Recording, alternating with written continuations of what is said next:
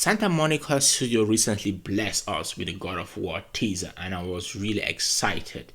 But the teaser didn't really tell us anything, right? Just told us that the title is gonna be called God of War Ragnarok. Cool, I guess we saw that coming. Um, yeah, and that was it. But if you are like me, you're excited for the game and you want to know what is going to happen. So I decided to start to do a lot of thinking about what the story could look like in God of War Ragnarok, right? Based on the events of last game, right? And based on the title, right? And based on some important events in Norse mythology, we could we could somehow make a prediction on the story of God of War Ragnarok. Now, keep in mind that this prediction is not going to be perfect. It's probably going to be wrong because I don't work for Santa Monica Studios, and most predictions were wrong before the previous game. So let's see. So the game is gonna open up as it ended last time, right? With the fight between Kratos and Thor. Because if you remember from last game, Thor visited Kratos' house looking for a fight. He wanted revenge for the death of his sons.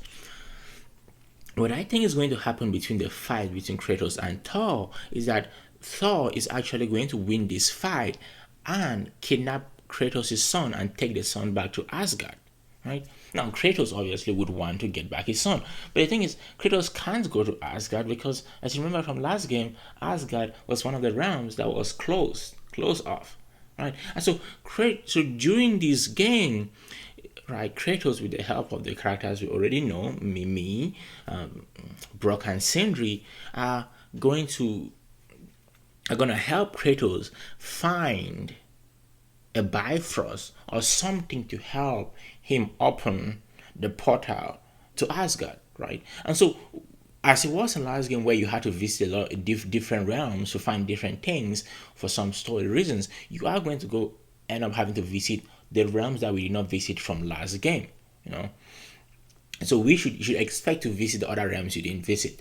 Now, what I also think is going to happen, right, is that Kratos is going to get a new weapon. In most God of War games, Kratos gets a weapon, right? In the last game, he had a Leviathan axe. So I think the weapon Kratos is going to get in this new game is going to be a hammer like Mjolnir. Now, I believe this is so because Leviathan axe is inspired a lot by Mjolnir. Just the fact that you can throw the axe and you recall it like Mjolnir does.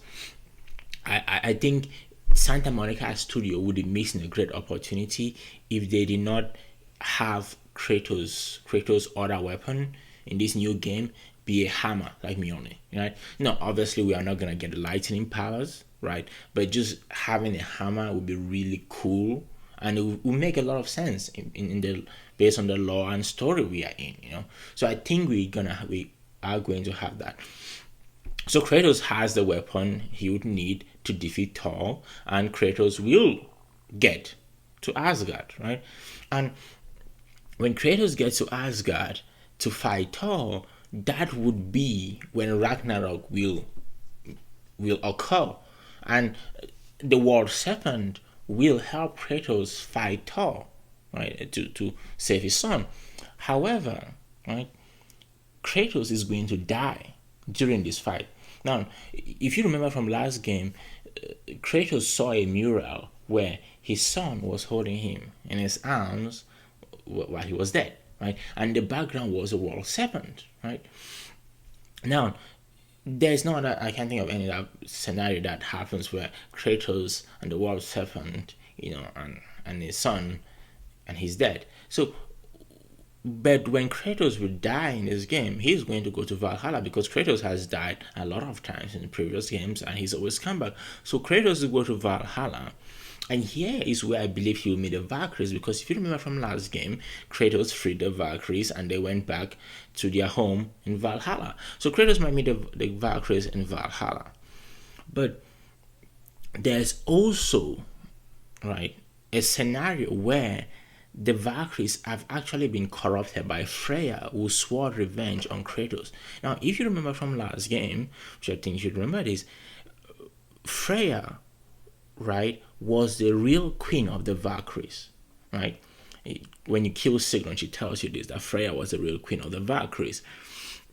And towards the end of last game, Freya was actually looking to get back her Valkyrie powers, right? Just to avenge the death of her son by killing Kratos.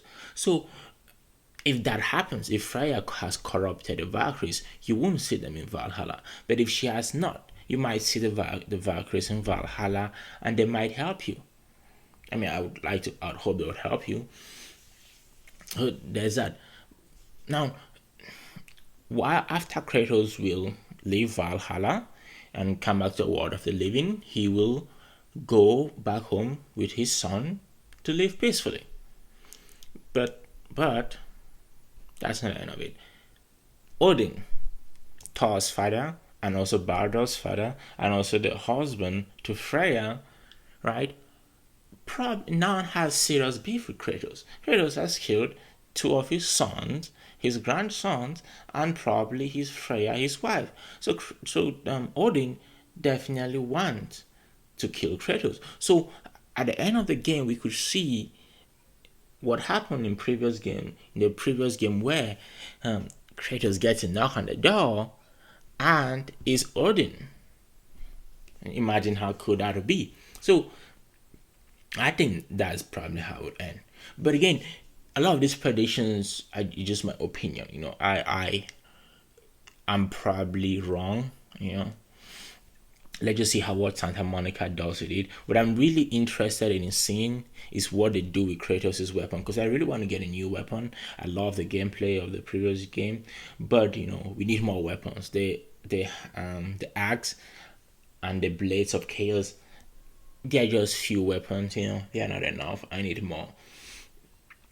So I think they should definitely give us something like a hammer. I do not want a sword at all. So just tell me what you guys think might happen in the next game. Thank you. Just like and subscribe if you want.